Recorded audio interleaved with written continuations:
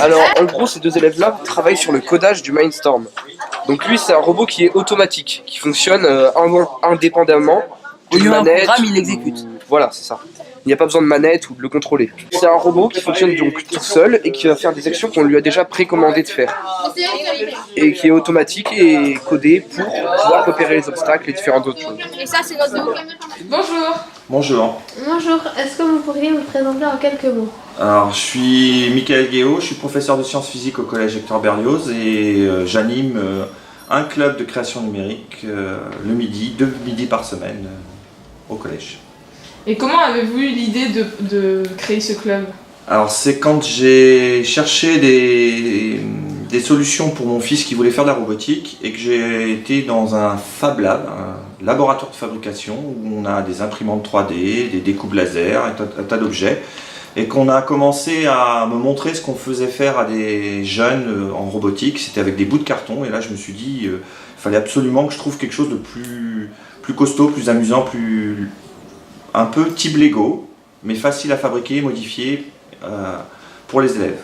Et j'ai eu le malheur d'en parler un midi, en fin de cours, à un groupe d'élèves qui venaient me poser des questions et qui je leur disais je vais peut-être faire un club de robotique. Et puis là ils sont venus me chercher à chaque fin de cours ils me demandaient. Donc au bout de 3 semaines j'ai craqué. Donc ça fait à peu près 3 ans qu'on a commencé. On a commencé tout petit avec des petits robots en cagette. On avait des difficultés. Puis on est arrivé à des robots un peu plus élaborés avec d'autres projets comme une game jam. Voilà. Quand est-ce que le club est né? À peu près 3 ans. Il y a à peu près 3 ans. Qu'est-ce que vous faites exactement dans ce club? Plein de choses. L'idée c'est vraiment de donner envie de créer aux élèves. Alors ils ne font pas tout parce que ça prendrait trop de temps, mais dès qu'ils ont une idée, ils le font sous forme de dessin, ils m'expliquent, ils me demandent, je leur montre un petit peu ce qu'on peut faire avec les objets qu'on a, et puis on crée. Alors là par exemple il y a un groupe de filles qui n'est pas trop intéressé par les robots ou qui trouve que voilà, bon, ça va 5 minutes. Je leur ai dit, si vous voulez, vous pouvez imaginer un autre projet. Je leur ai proposé le projet suivant. C'est un calendrier de l'Avent, mais au lieu d'avoir un calendrier de l'Avent classique en carton, qu'il ait la forme d'un sapin, avec des petites boîtes, du coup, ils pourraient remettre des bonbons chaque année différents. Et éventuellement, peut-être, pourquoi pas mettre des LED pour lumineuses, que ça ferait un sapin de Noël en même temps. Donc voilà. Donc ils sont en train de travailler là-dessus. Il y a une autre élève qui m'a demandé qu'il voudrait faire un projet de trousse anti-stress. Bon, pourquoi pas.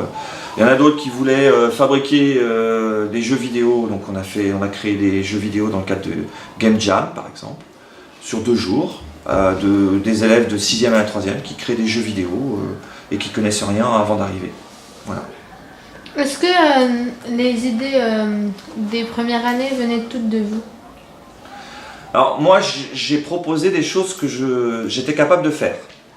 Maintenant, par exemple l'araignée, c'est moi qui l'ai en partie conçue à partir d'un projet existant. Et l'idée c'est que les élèves, eux, doivent essayer de comprendre et la faire marcher. Pour l'instant ils ont du mal et c'est normal parce que c'est complexe. Donc après, en fonction, ce que j'ai fait, ce qu'on a commencé il y a 2 ans et ce qu'on fait aujourd'hui, ça n'a rien à voir. C'est-à-dire que les choses aujourd'hui, on est capable de faire on est en train de réfléchir à faire un sonomètre, par exemple, lumineux. C'est-à-dire que le club de développement durable souhaiterait fabriquer un sonomètre, ils sont venus nous voir. Donc on va y réfléchir, parce qu'on sait allumer une LED, on sait utiliser un capteur, donc on peut imaginer afficher le niveau sonore dans les pièces, et puis visuellement avoir quelque chose de...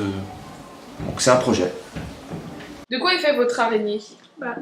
Elle est faite de pièces découpées au laser et de 18 moteurs aussi. Comment l'avez-vous fabriquée? En découpant les pièces au laser. Comment fonctionne votre araignée? Là, il suffit de l'allumer et elle fonctionne comme ça. Action.